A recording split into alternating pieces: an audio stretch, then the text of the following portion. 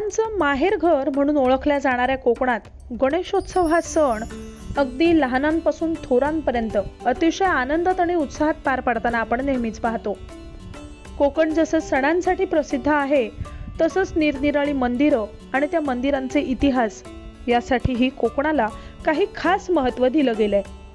त्याचप्रमाणे कोकणात काही गावांमध्ये सुद्धा विशिष्ट अशा परंपरा आहेत आणि त्या गावातील लोक कित्येक वर्षानुवर्ष या प्रथा परंपरा पुढे नेताना आपल्याला पाहायला मिळतात। अशीच एक अनोखी प्रथा जोपासली आहे मालवण मधील कोयिळ गावात। तर आता आपण जाणून घेणार आहोत नेमकी ही प्रथा काय आहे।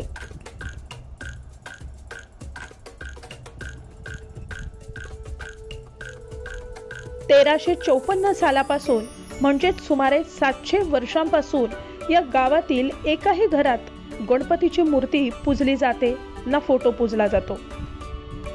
पूर्वीपासून केलेला हा संकल्प या गावात आजही पाळला जातो।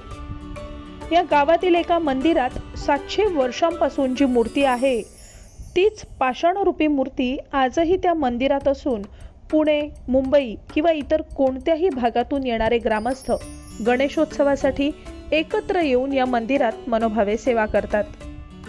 या मंदिरातील गणपती हा नवसाला पावणारा कोयिळ गावचा गणपती म्हणून ओळखला जातो।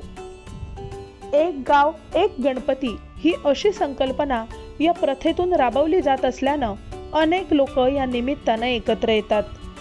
एकोप्यानं गणेशोत्सव साजरा केला जातो, त्यामुळे लोकांमधील आपापसातील प्रेम आणि सौख्य वाढण्यासही मदत होणारी अशी ही प्रथा वर्षानुवर्ष या गावात चालू आहे।